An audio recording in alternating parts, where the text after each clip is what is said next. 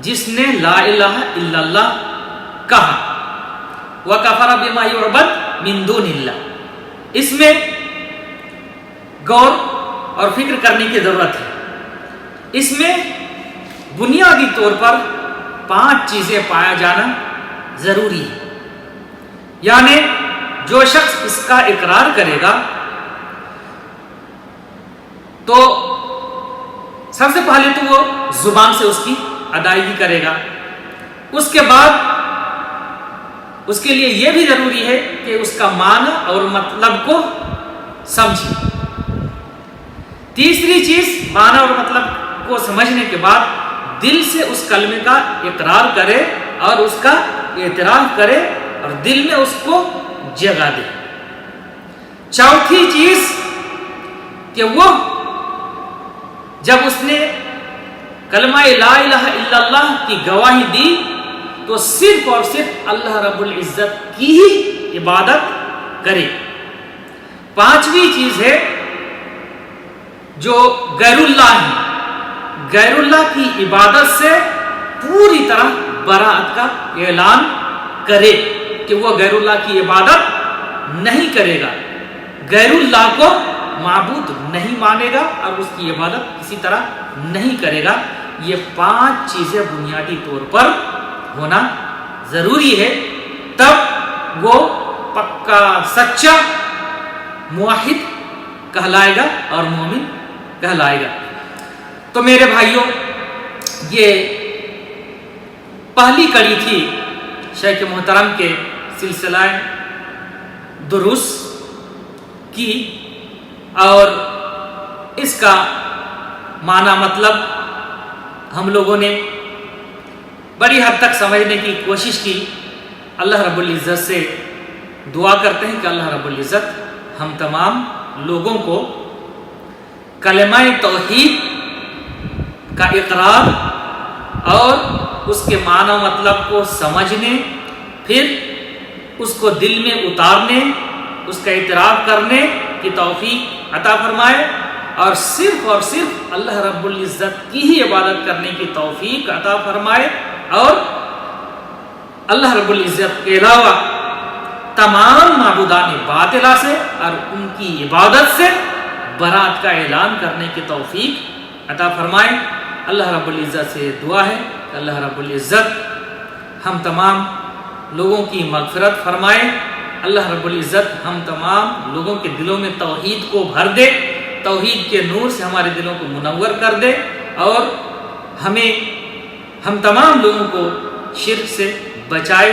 اللہ رب العزت جب بھی ہمیں اس دنیا میں وفات دے تو ہماری زبان کا آخری کلمہ یہی کلمہ توحید ہو، اور ہمارا خاتمہ بالخیر ہو۔ وصلی اللہ علی نبینا محمد وعلی آلہ وصحبہ اجمعین، وجزاکم اللہ خیر۔